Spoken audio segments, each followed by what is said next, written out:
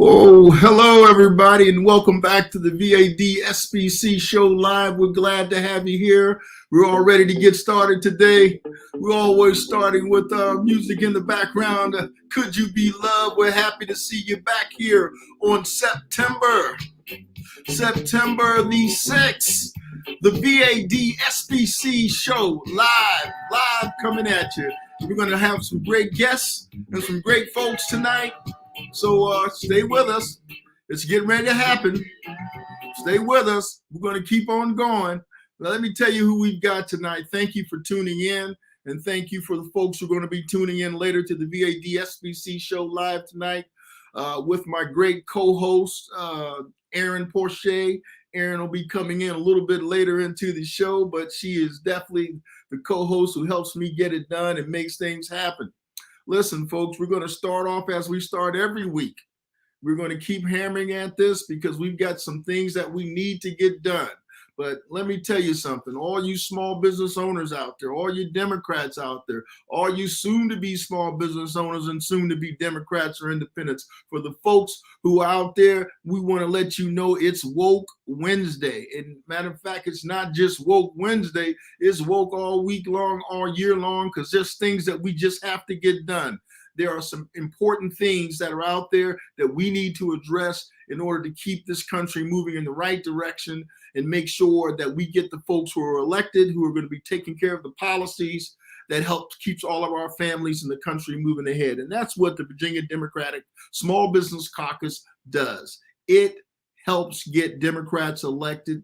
It brings interesting guests for you to talk to. You can learn from their experience. But we're going to go ahead and start first, since our host is not, our co-host is not online yet. We're going to go ahead and just start off with what we always do. We're going to talk first, COVID. Yes, folks, COVID. I've been vaccinated twice. I've had both of my shots. I am encouraging people to get vaccinated because what you're hearing out there from your news commentators and what you're hearing out there from the professionals in this area is that the vaccination does work. It helps you to stop getting severely ill if you should contact COVID. So if you haven't made up your mind yet to get a vaccination, even though the rates in the country are pretty good. I think we're up to like 70% or almost 80%, but there's still about 20 or a little more than that percent folks who haven't gotten vaccinated. And so do what you believe is best for your family. My advice to you is get vaccinated and get your children and your friends and family who are eligible to be vaccinated. If they haven't done that, make sure they get vaccinated too, because we love you. We want you to be with us, and we need you to do the things that you need to do to keep your family safe in order to also live the life you want to live and that of your loved ones, friends, and community. So get that COVID shot. Get that vaccination. That's my advice to you. And hopefully, if you haven't made up your mind to do it, you'll be making it up soon, because we are moving forward with that. It's an important thing that gets done. So I always start off with that because we're not out the woods yet. We've got things that are getting ready to happen as the weather gets into a cooler environment. And we want to make sure that this thing stays contained. And eventually, we want to be able to completely get rid of it so it's not an issue. That stops you. If it stops you, it stops small business. And we're here to help folks who are concerned about small business and concerned about electing Democrats get those sorts of things out the way so that they can do what they need to do business-wise, and they can do what they need to do as far as getting out there and supporting the candidate that we would like for them to support, and the folks that they're already supporting and doing a great job, by the way. It is a fantastic job folks are doing out there. But let me go on over to the next thing that I'd like to talk to you about, and that is voting in Virginia. Voting in Virginia, as I say every week, Virginia's got votes that they're trying to get in elections that they're trying to get accomplished every year. We don't get a break in Virginia, but in a way that makes us pretty much experts at this thing because it never stops. We're constantly being vigilant about either looking federal elections, statewide elections, local elections. It just never stops. So you're going to have something happening either at your local level, at your state level, or at the federal level every year in Virginia. And this year in particular, we've got a couple of candidates that are really doing well. But before we get into the specifics of the Virginia election, I'm going to first go back to voting rights, because voting rights are foundational. We cannot get anything done in this country unless we get voting rights done. So I'm going to go back onto what we've talked about in the past. Is we've talked about the John Lewis Voting Rights Act, which is H.R. 4, and we've talked about the For the People Act, which is H.R. 1. Both of these pieces of legislations have passed in the House of Representatives, and of course they are doing what they can do right now in the Senate. And there is some pushback, as you know, about that with some of these things. But right now, just getting the Voting Rights Act, and what you need to do, how you can help on this, is by being someone who takes a call to action on H.R. 4. And let me tell you what H.R. 4 is all about. H.R. 4 is the John Lewis Voting Rights Act. Let me get it right, folks. It's the John Lewis Voting Rights Advancement Act. And basically, this addresses pre-clearance. And that is what was taken away from the Voting Rights Act, which really required any sort of changes that would happen to voting across the country uniformly. If anything was going to be done to change voting rights laws in any state, they would have to declare any changes of voting rules at least 180 days prior to an election. And even once they declared them, they still had to go through pre-clearance with the Department of Justice. Therefore, you wouldn't get all kind of different things happening all over the country, and happening all over the country as we see now, with over 400 different type of changes to voting rights in various different states that are responsible for voter suppression, that are going to be responsible for people not being able to have unfettered access to the ballot. As long as you're a United States citizen and you're 18, you can vote in federal elections. In some elections that aren't federal, it's younger than that. But let's stay on the federal piece. The federal piece requires, in the Voting Rights Act, H.R. 4, that it modernizes the Voting Rights Act formula to determine discrimination in states and localities. As I said before, it also makes the change. If any changes happen in 180 days prior to an election, if any changes are going to take place, they have to happen at least 180 days prior to an election, and the person has to get Department of Justice approval for those changes. And the other thing is that it's also giving the government more authority to send in federal observers to monitor jurisdictions for any potential risk of discrimination at the polls during voting. So really, what does this mean? I'm just gonna try to break it down a little bit. What used to happen, as I've said in weeks before, the old school way of doing this with the Jim Crow laws that were once on the books, is that people would come in and they'd have to pay poll taxes to pay money in order to vote, or either they would have to do things like tell me how many jelly beans are in the jar. But so what's the modern version of that? In that modern version, when people will say, what's Jim Crow Esquire doing with voter suppression? Well, they're doing things that are a little craftier. They're putting a lack of voting machines in voting places. For example, if there's only a limited amount of voting machines and there's a limited amount of poll locations, what you get is extremely long backups where people have to spend, 3, 4, 5 hours just trying to cast their vote when people have to go to work. They're passing laws out there that says, well, you can't give people water while they're waiting in line, or you can't give them any food while they're waiting in line.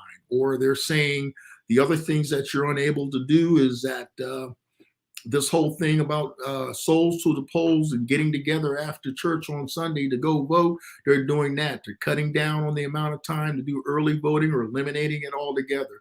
All types of things which are not uniform across the country. They're all opportunities to suppress the vote. And the vote is fundamental. If you cannot vote, then you are unable to get your congressperson or your state elected official in order to pass the policies that you would like to see happen. And if you can't get those things passed, then obviously you're not going to get the things you want done because you don't have the congressperson in there that you really want to have in there to vote for the policies you want to support. And that's the problem. So what you have to do is make sure you do this one call to action.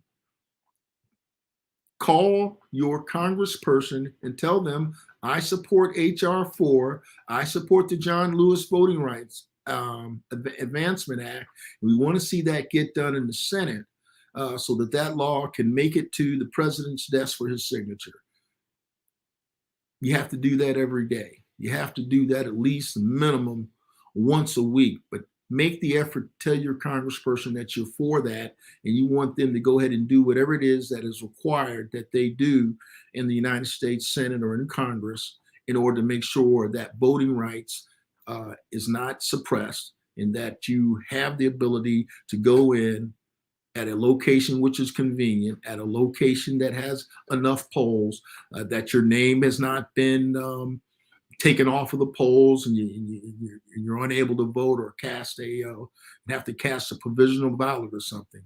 You want to make sure that there are no changes that are happening to your ability to vote when it comes time for you to vote. So make sure you're registered, do that in advance.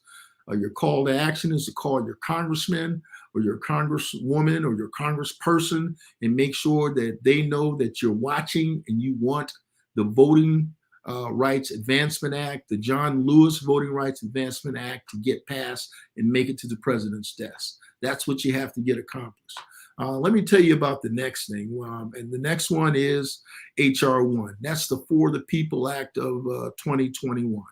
And basically, the same thing here with this expands and even expands people's opportunity to vote by making sure that a number of things are done. So basically, you want to be able to expand the access to voting, automatic same-day voter registration nationwide, 2 weeks of early voting, banning any purging of polls, restores the voting rights protection of 1965, which got rid of the pre-clearance. You also want to be able to make sure that financial reforms banning foreign money loopholes are taken care of. And you also want to have improved election security. Even though there was not any problems with the voting, that was fine. It was less than 1%, but still continues vigilance around the opportunity to vote and making sure that there's no problems in the voting is something you want to make sure that happens. And one of the things that they're also calling for with that is independent commissions to prevent gerrymandering. And gerrymandering basically is instead of the voters picking their elected, the electeds pick the people they want to vote for them when it should be the other way around. People pick who they want to vote for, and those are the people who get elected into office. The people who are in office don't do gerrymandering, so they're only choosing the voters who are going to just vote for them. They want to get rid of that sort of thing, and it's important that we do. That's part of the H.R. 1 for the People Act. And also there's going to be grants to states to replace old voting machines and additional processes for improved auditing and securing election results. Because once the votes are actually completed, your votes are in there, well, that's great. But once you have you've cast your votes, you want to make sure that vote gets counted. You want to make sure that the officials who are actually responsible for taking that process through to its end, that they are not compromised in any way or people trying to force them to do things that they don't want to do. They just want to be able to have the independence to follow the law, to do their job, and to turn over the votes that their particular election commissions have come up with. And this process has been working pretty much without fail in this country for over 200 years. We've done a great job of that. Now they're trying to make that something that is something that we're new at or something that we can't do. There's been constant improvement. That's why the For the People Act is still out there, passed in the House, still trying to get it passed in the Senate. Don't know the exact status of that, but we do know what's going on with the H.R. 4 with the John Lewis Act. And that John Lewis Voting Rights Act has got to be something that gets passed and makes it to the president's desk, because voting rights are foundational. So what is the call to action? The call to action is you need to get out there and you need to call your congressperson and tell your congressperson, I'm supporting the Voting Rights Act for the John Lewis Voting Rights Act, H.R. 4, and that you want your congressperson to do whatever they need to do to make sure they get it done, and that the president has the bill on the law on his desk that he can sign, the bill on his desk that he can sign into law. So there's our call to action. That needs to get done. So folks, do that. That's so important that we do that, because everything we do as Americans is based upon the fact that you have unfettered access to voting and you have the ability to go and vote for the candidate of your choosing, no matter where you sit on what aisle, and have unfettered access to getting that completed. Call your congressperson. Tell them that you want to get this done. Let's go on to the next piece. The next piece that we talk about every time you guys we get here on Wednesdays, we talk about what goes on in Virginia. And in Virginia in particular, we have elections every year, as I said earlier, and every week. We don't get a break. We have elections every week, every year. And right now, we've got a big election that's coming up. And there's been a lot of activity to get the enthusiasm up for the elections that we're having. We've got some fantastic candidates that are out there. Let me tell you who we have. We've got Terry McAuliffe, who's running for governor. We have Hala Ayala, who's running for lieutenant governor, the first woman and the first Afro-Latina to actually run and to be a candidate for lieutenant governor here in Virginia. And then, of course, we have our three-timer coming up. Once he wins the election again, is the undefeatable Mark Herring. He's got fantastic things that he's been getting done as the Attorney General. Hala's been doing fantastic things in the Virginia legislature before she came on as a lieutenant governor. And, you know, I don't need to tell you about Terry McAuliffe. He was governor before, and he's done fantastic things. And let me tell you, folks, the excitement about what's going on around these elections has been fantastic. Just to kind of tell you about some of the things that have been going on. Well, we just had a fantastic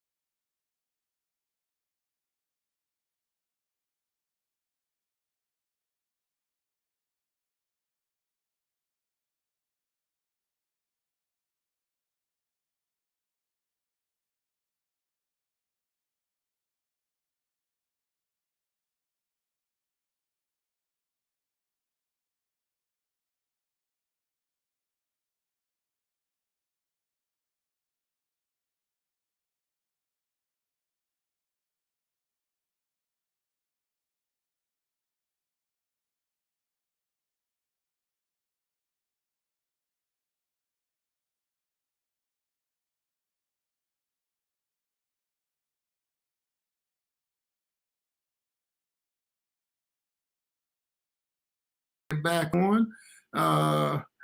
So everybody ought to be able to hear what I'm saying to them in regard to what's going on with the election. Hopefully people can hear me. If you can't hear me, I'm checking my chats and my comments over here. I don't see any comments. I don't see anything in the chat area. So sound is back. People can hear us. So that's what we want to make sure. We want to make sure we don't have any trouble here.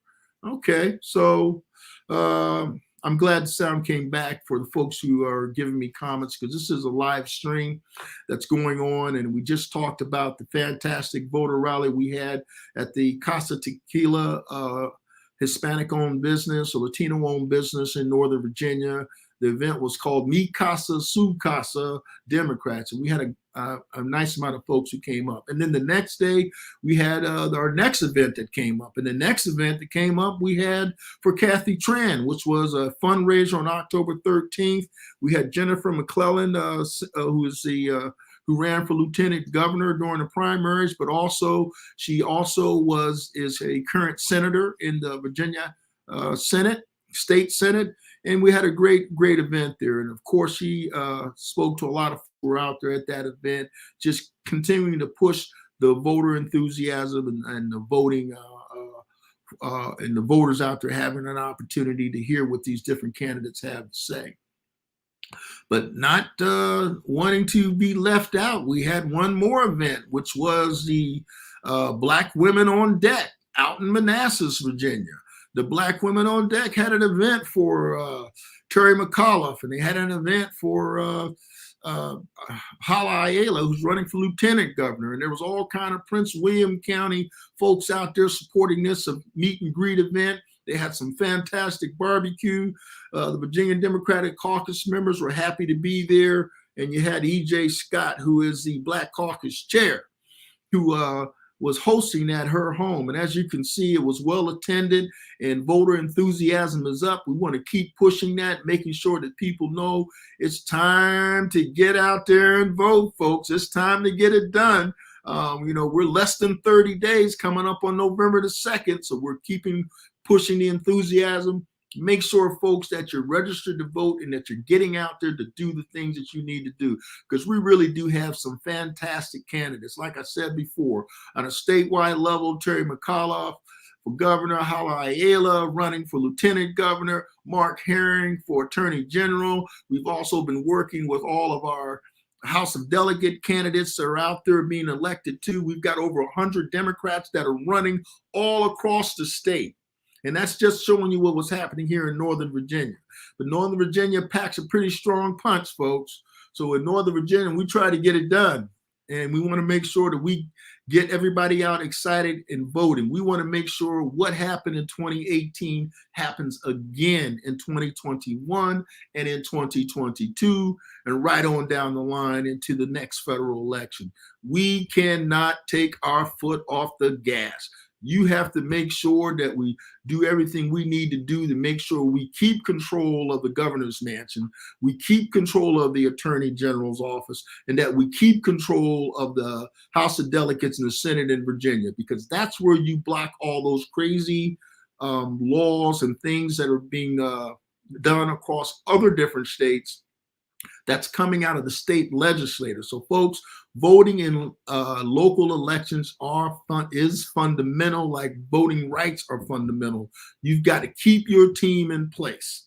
And that's what we're trying to do. So let me go back through it again before we bring on a fantastic guest of ours. We talked about COVID, keep yourself safe. We talked about making sure that you're supporting the federal legislation by calling your congressman and making sure that you are supporting H.R.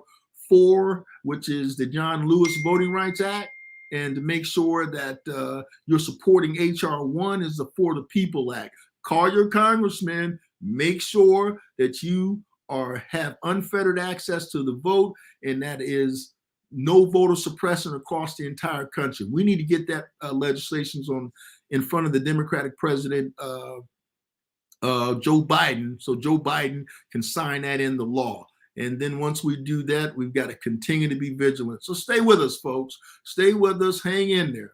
there's other great stuff that's coming up too. We also have, legislation things just to kind of go back to small business for a while. We have the American Rescue Plan that has been passed by the Democrats that has Paycheck Protection Program, had the economic and injury disaster loans out there to help you scale your business and get your business up and running.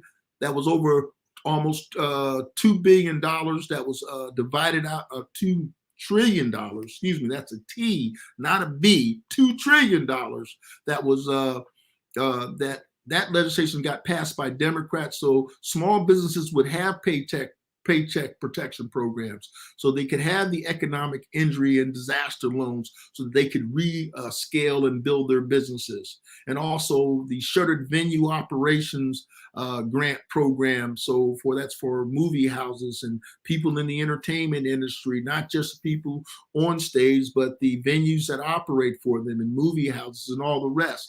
They had programs to protect that. And of course, we had the SBA debt relief program where there's money that was for that, as well as the restaurant revitalization fund. Because a lot of restaurants, as you know, went out of business, in particular African-American small business. 40% of African-American small businesses have gone out of business since COVID. So these things are important to get the country back up and running and moving forward and continue growth in the country. So that's what Democrats have done with the Build Back Better plan and the American Rescue Plan. And what they're working on right now, you've heard a lot about it in the news, is infrastructure, both physical infrastructure and human infrastructure.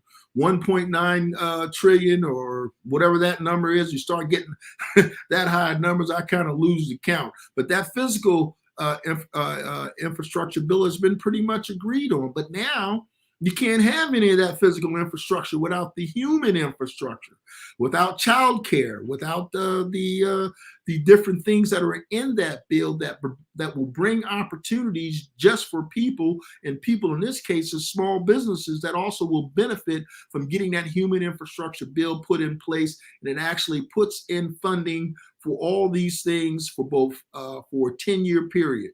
So we're talking transformative change. Of course, we've got some challenges that are out there, and we know they're going to get it done. But one thing you can do is, like I said, from a call to action, is call your congressperson.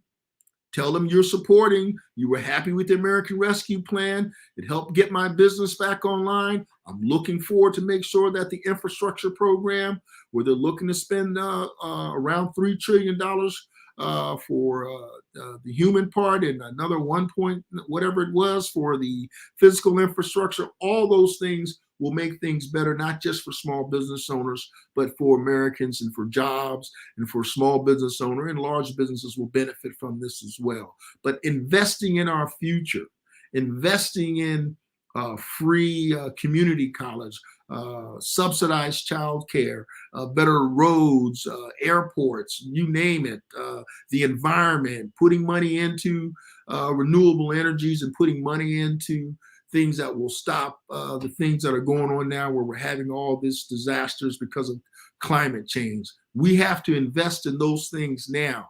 So if you want those things, elect Democrats, because that's what we're trying to get done. And also make your voice known, not just through voting, but make your voice known by calling your congressperson. I don't care what side of the fence they sit on. Tell them you want these bills passed and you're supporting them. So there we are, folks. There's the update again. There's what you need to do. You've been given your call to action. But you know what? We're about to bring on our special guest. I mean, you get to hear me sort of, go on and on for a little bit and do all this talking. But you know what? I've got a great guest for you. And I want to tell you a little bit about this guest. It's an amazing young man, and I can say that. I've hit the 6-0. This guy's he's a lot younger than me, but he's done a whole lot for his age that he is right now. And let me tell you, our guest coming up is Matt Rogers. Matt Rogers is a fantastic young man who's been able to accomplish a lot of things at a very young age and is continuing to do great things. And he's a great Democrat. Matt Rogers is a professional who's His career is for almost a decade now. He has experience in local and state and federal elections and elected officials. He's worked with caucuses. He's worked with campaigns. He's worked with nonprofit organizations. He's a former candidate himself, House of Delegates. And he's the chief of staff for Phyllis Randall, who is the current chair of the Board of Supervisors in Loudoun County, right here in Northern Virginia. Also, Matt's had a career where he's also started organizations on his own. He started I'm going to get the word right. He is the founder of Politidope, where he was the chief political strategist and founder of this organization. And within that organization is, I guess, how he gets a lot of his things done. And listen, I won't have to explain that to you. Matt's going to explain all that to you. And let me tell you, Matt also ran for the Virginia House of Delegates in the 47th district. And all those sorts of things are sort of amazing that he's able to get all these things done at such a limited career. So I'm putting it on the screen so you can see who this is. This is Matt Rogers, former candidate for the 47th district in Virginia, and he also served as chief of staff. Almost forgot about that, for current Virginia State Senator from Northern Virginia, Dave Marsden. And trust me, folks, I've only told you a little bit about Matt. Matt has got a lot more he's going to be telling you. So without further ado, folks, put your hands together and give us a little clap, because we're going to bring him into our stream. Matt Rogers, how you doing, Matt? Thanks. I'm going to unmute your mic, man. Tell us. That was a cool introduction. I appreciate that. Hey, I've been trying to get you on this show for a while, man, because you've got a fantastic resume and a fantastic just track record of things you've done in a very limited amount of time. So I've said some things, but I know there's a lot more. But man, I'm going to give you a chance to introduce yourself to our audience. You know, everybody's not online now, but folks will start getting on.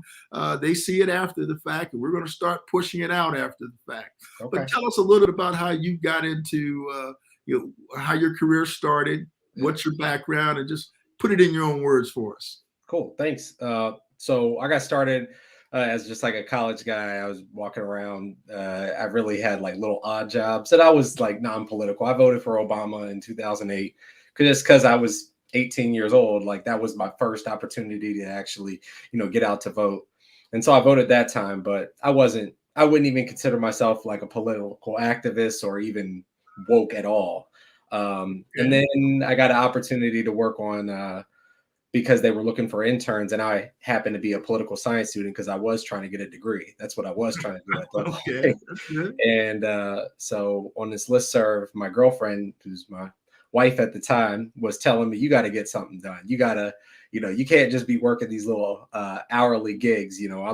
She was about to move to New York City and work at cool ad agencies and everything. And so I started working in the Tim Kaine campaign, and I was a finance intern, which meant basically you would call people who you've never heard of. I mean, it was mind blowing for me, but for some odd reason, I was really into it. You just call people you never heard of, you don't know, and ask them for $15-20.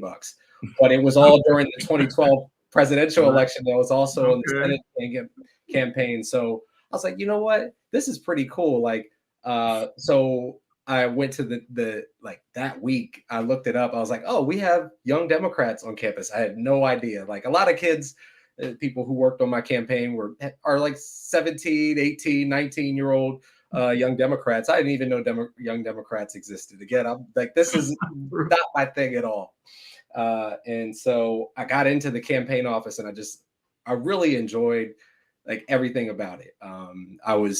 It was the camaraderie. It was kind of just realizing that, you're part of something bigger than yourself, kind of like a sports team.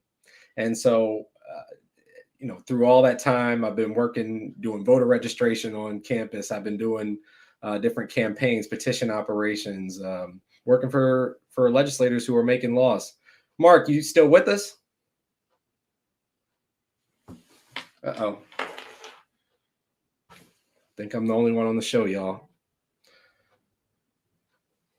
I'm just going to wait for Mark to come back.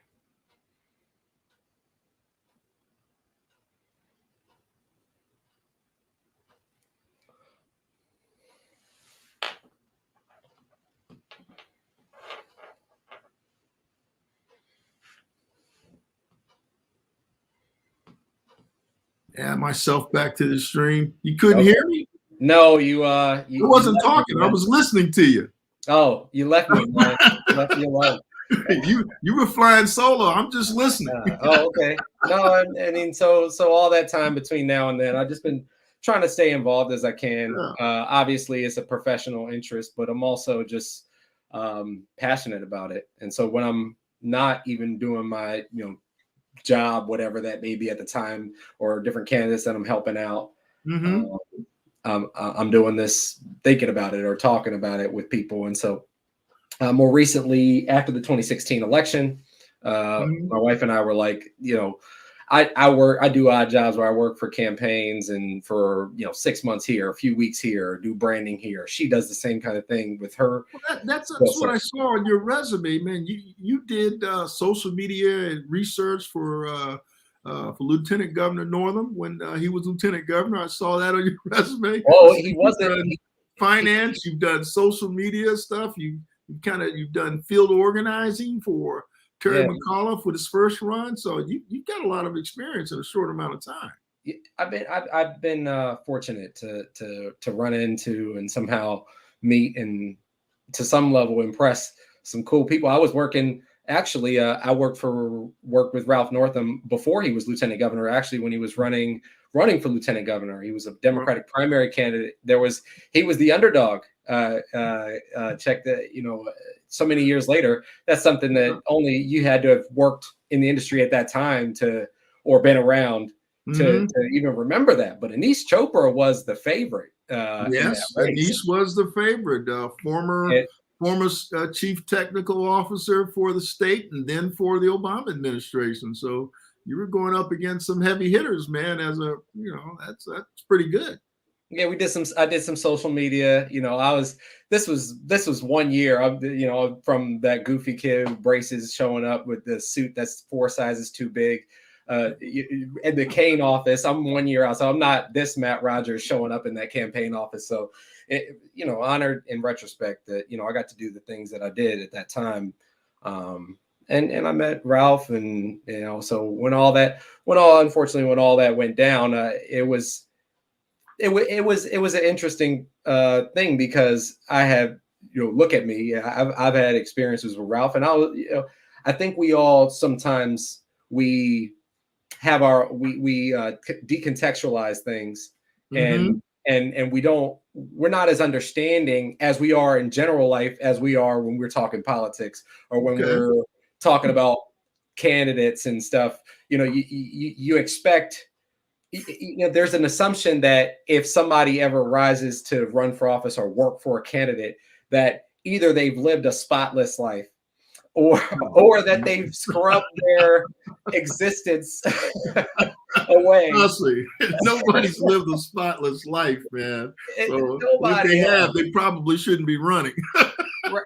I mean, that's what I'm saying. I mean, when this comes out on Ralph, I think we're talking about a 1982 yearbook. We're not going to make. I mean, I was personally disappointed, but we also, what we can't do as a society, we can't make these individual people the problem child of our society. Like, Ralph wasn't the only person who was out here, thinking stuff was funny that wasn't funny in 1982. Right.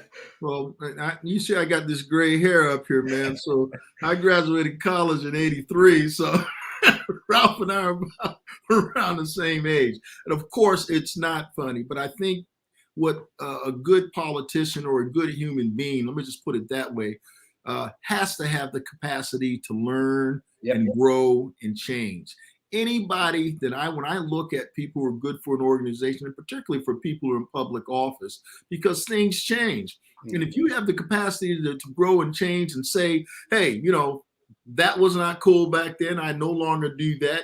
Here's how I operate now. Not just me saying it, it's let me show you how I'm operating now. Exactly. And I think that's what really good people and good politicians do. They back up actions with their words, and they show you. They're just not telling you. They're actually doing these things. And I would have to say, Governor Northam has definitely stepped up a lot harder in that area. because I think he realizes what occurred before. In But 30 everybody years, gotta he'll learn. be a historic civil rights governor.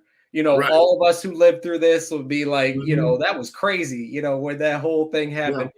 Yeah. Just like what happens with sports, you lose these kind of contextual things that kind of pushed him. I mean, you think Mhm. about a lot of great politicians and presidents, Lyndon Johnson, huge racist, who normally used in the White House the N-word.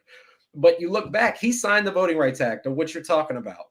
Right. So many great things. So, I mean, Well, obviously, he got a big blemish on his record. Let's not, minimize that. But well, as I say, we have permanent interest, and when people are in the areas of what Democrats want to get done, show me, and then go ahead out there and get it done, man. But you've done a lot of things, man. I'm just looking through your resume here, and I've seen that you worked in the House of Delegates as an intern for Delegate Alfonso Lopez. You've been a spring trainer for Central Virginia. You worked in North Chesterfield for Mark Warner. And it just keeps going. Then you got these guys, Keylock Consulting. I don't know who they are, but tell me who's that. I mean, you can talk about whatever you want to, but you've done a lot of different things. So it's interesting to see that someone who's your age. And by the way, how old are you, Matt? I'll be 31 at the end of the month. You're 31. Yeah. So my son is older than you, which means I'm pretty old. I got the gray hair. So you've been able to accomplish a lot in a short bit of time. But tell me about your race that you ran recently when you ran for candidate, and then maybe you can tell us a little bit more. What does a chief of staff person really do for someone like Phyllis Randall, who's actually who's the chair of the Loudoun County Board of Supervisors? Give people a little insight into those two things for me. Which ones? You named three things, so which one you want insight into? You go ahead and choose whichever one you want. Go ahead. Well, I mean, I think at a certain point, everybody who's in this realm at least considers it for a moment. It might be over a glass of Chardonnay at a reception, or it might be a serious conversation like what I did. Is at a certain point, would I do this myself? Do I see myself as somebody who's got a perspective and a way of talking to people and rallying for ideas that could be attractive? And I live in Arlington, Virginia, so the Nova of Nova. So at this point, if you live in Northern Virginia and you want to run for anything, whether anything, school board, whatever, you're not going to have a clear path. So I really didn't want to consider that as a reason, because there would be competition. Specific individual who's been in office for many years, and so I in retrospect, I don't regret what I did in terms of doing that. It didn't end the way that a lot of candidates would ever hope that things end, but at the same time, it brought a lot of new people into the process, and it gave people some insight that, a lot of people, when, I started that campaign during the presidential election. And so while that's going on, nobody in the country is thinking about Virginia the next year, except for us Virginians and the people who are extremely nerdy. And so that's right. And so let me stop you, because we have to change that mindset. People have to stay engaged every year, because across the country, what I said earlier, we have got to win these local and state races. That is how the Democrats really are going to make sure we're able to prevent a lot of the craziness that goes on. And you're one of the person that actually getting out there running for one of those positions. Now, what did you think about that race? Tell me a little more about it. Excuse me. I think I think what it did was it woke a lot of people up, to be frank. Okay. I think what it did was it let I was the first person. We had a lot of people who decided to be Democratic primary candidates. I was the first. I was the first during the summer, right after George Floyd. So it kind of sets the tempo. Let people know that we got to have some action shortly after, to be honest, after filing for election. we had an announced special session on criminal justice reform, which is the central plank of what I was trying to do. And I'm not trying to take credit for anything, but correlation isn't always causation. But it was indicative of a larger thing. And there are a lot of people who got out to run in those Democratic primary races, and some won, some never got an opportunity to be on the ballot, and some lost. And I think as a party, we have to be more receptive to the eventuality that this is going to happen. That it is an honor and a privilege to be an elected official, especially for many years. And the assumption in our party that all we should do is try to go for flippable districts, because, mind you, another thing that I was doing while I was a candidate myself was I recruited, along with others, because no one does anything on their own, I recruited most of the Democratic challengers, because the individuals who have important positions, like I said, only see it as important to run it in a few districts. Otherwise, they're fine with the slate staying exactly the same. No turnover, no churn, no reason for people to be excited. And I think that that's a long-term loser for the party. I think it's important that in these Democratic hubs that you have some churn, that you have people having some reason to have political discussions, to put out a yard sign. If you like one of the 35 candidates for lieutenant governor last year, you had the whole swath. And some see that as a weakness. And I think that's inverted. I think what we have to do is give people a reason to vote every year. If people are finding out in September of 21 that there's an election in November of 21, and they're already been checked out for a year, you're far less likely to be able to get them out to vote. And so it's got to be like Howard Dean was doing with the 50 state strategy when he was chair. And I really like what the Democrats are doing in Virginia this year, because they are challenging every particular House of Delegates seat. They've got 99 challengers. They had 100. We had 100. Again, I'm a Democrat. I ran as a Democrat. I will continue to be a Democrat. But the truth is, that don't mean you can't complain about things. We have room for improvement. Trust me.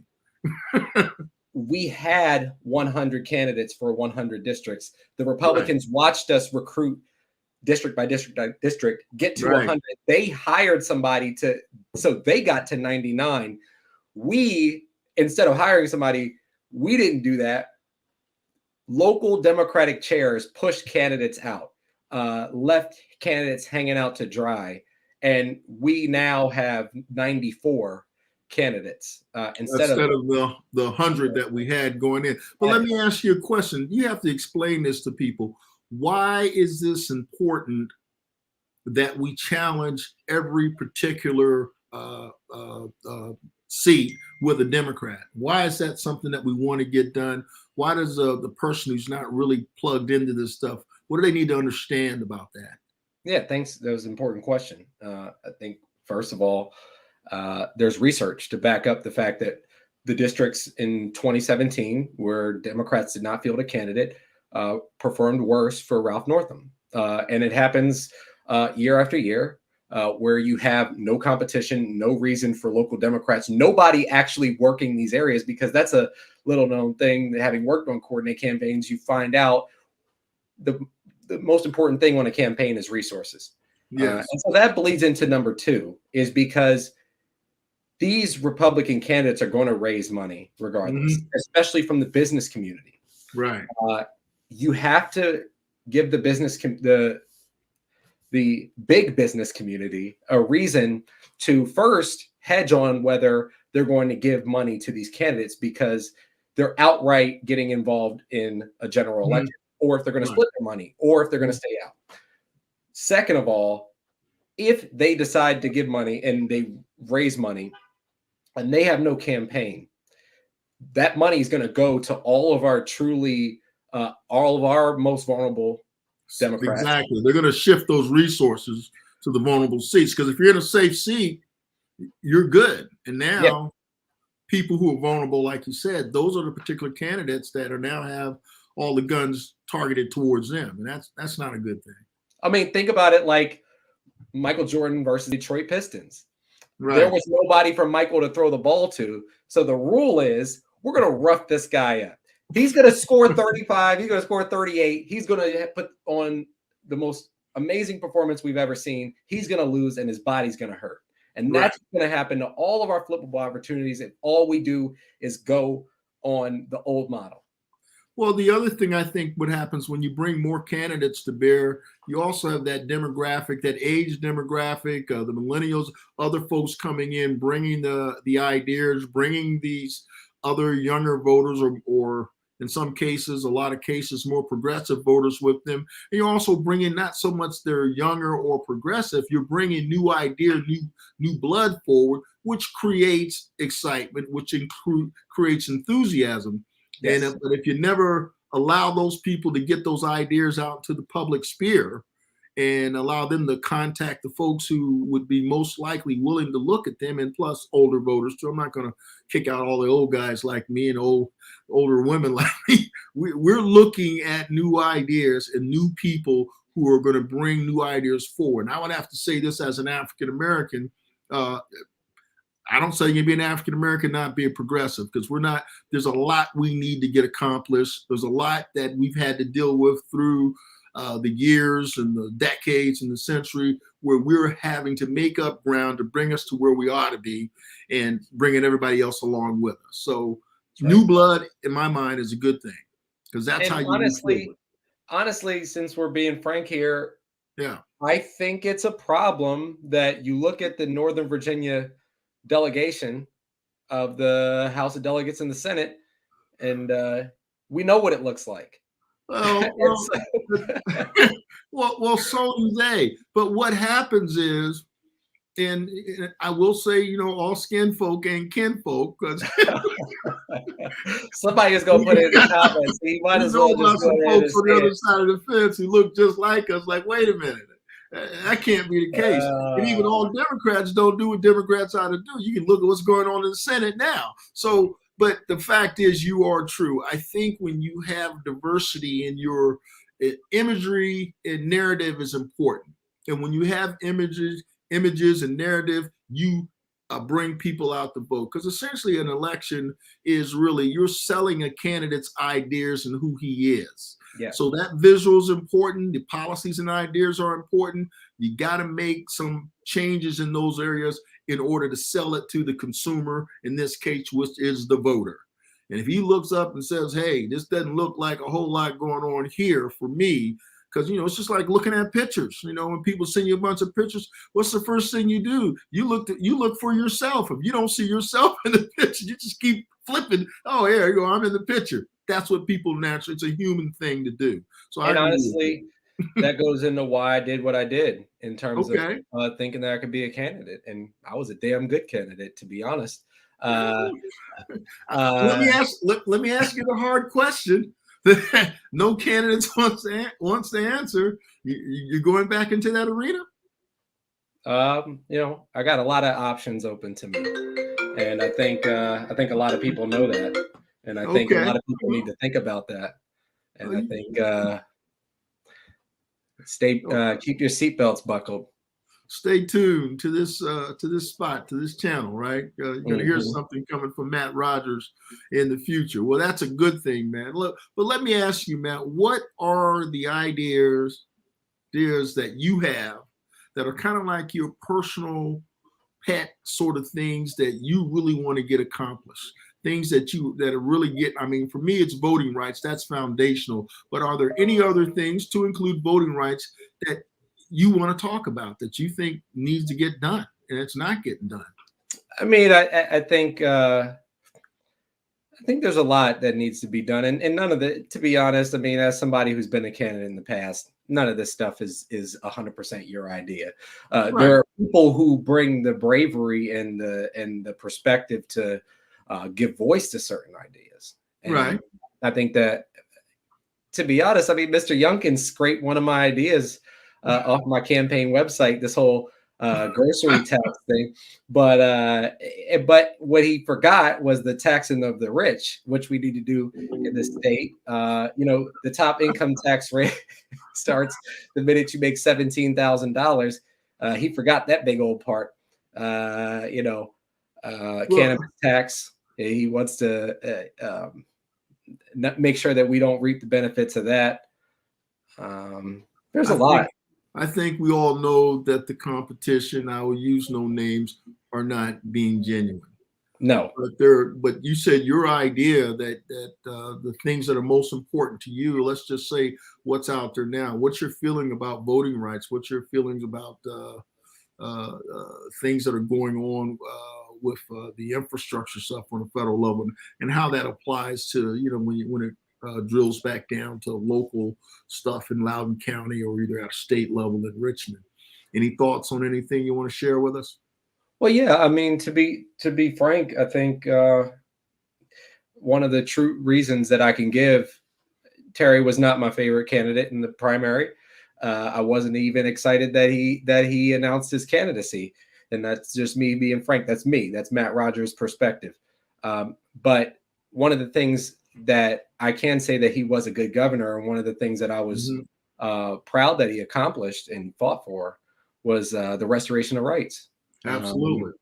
That took courage, especially already being, linked with the Clintons, people who actually want to hurt the Clintons and hurt Terry, and to do something that is as racially charged. It was a transformative moment in our state, and I think voting rights is foundational, and it's partisan because the Republican Party has realized that their ideas aren't good enough. Elections. Keep talking. They see the trends. They see the trends. They see.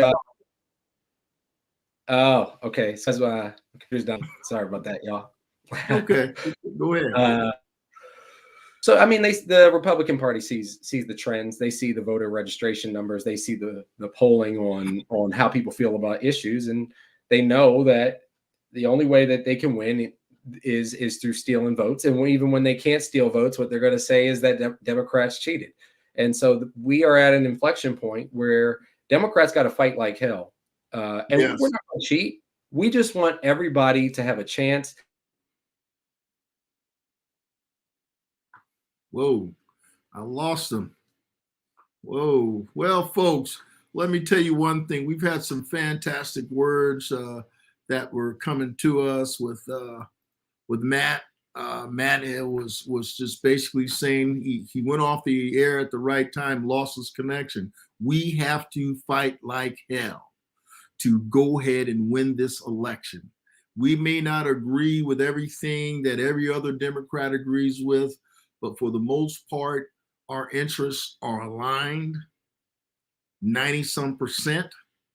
And we definitely know what the competition is doing. The competition is what we saw before. We don't want to see that come back. So Matt really kind of leaves it at the exact right note. We've got to fight like hell. We have got to get everybody out voting, and we have to maintain what we've been able to get so far in Virginia, and we have to capture what else we need to do nationally, and voting rights is a big part of that. And so call your congressman is what Matt Rogers was saying. Make sure that you're calling your congressperson and you're making sure that you're saying support the Voting Rights Act, support these infrastructure bills and the things that we have out there. Because we're not just fighting for what it is that we need to do now. We're fighting also for our children and for our grandchildren to have these opportunities with these historic investments that are being done. And they don't need to go back and refight and relitigate things that we've already accomplished. And folks, it's 8 o'clock. We lost Matt. Unless Matt is coming. Well, wait a minute. Here he is. He's back. I told y'all my computer was there you dying. go. It died. It gave out. I needed it to hold on for 4 more minutes. And guess what? I was finishing your line for you. You cut out right at when we said you have to fight like hell, and then you went bink. You went away. And I kept that. I was on my way to fight. That's what we have to do. We have to fight. You have to fight. What I'm trying to think of the thing that they say about the last whatever monkey trying to get on Noah's Ark. There's 2 already, and you're third in line. What you gonna do? We're only taking 2. Ark's getting ready to leave, so you better fight. Democrats don't gotta cheat. We just need to show up to vote. That's I didn't say cheat. I said fight. Give it your all. Leave it all on the field. I'm just trying to make sure that anybody's listening that we're clear on what you're saying. We're not about to cheat. We're about to kick y'all's butts. That's right. Kick some butt. Take names, kick butt, get it done, do what we've done before. Matt, why don't you go ahead and give people your social media handles and all that stuff on how people can contact you if they want to, and make sure that people know where they can reach you, man. So go ahead and give us what you want to share with us. Yeah, thank you all for watching. Thank you, Mark, for having me and for all the extremely kind words you had. So I'm Matt Rogers. I work for my professional capacity. I work for Chair Randall in Loudoun County. If you want to talk to me, if you're a Loudoun constituent, please reach out to me on my business line during office hours. If you'd like to reach out to me, it's Politidope. It's on the bottom there, POLITIDOPE. There's also politidope.com, Matt@politidope.com. Happy to hear your perspectives, and appreciate y'all listening. Well, Matt, it was fantastic having you here on the Virginia Democratic Small Business Caucus Show live. Folks, coming at you every Wednesday, man. We just had a great conversation with Matt. We're going to try to get him back. Folks, we love you, Matt. We love you for coming on the show. We want to make sure we have you coming back. All right. See you next time, man. Take care.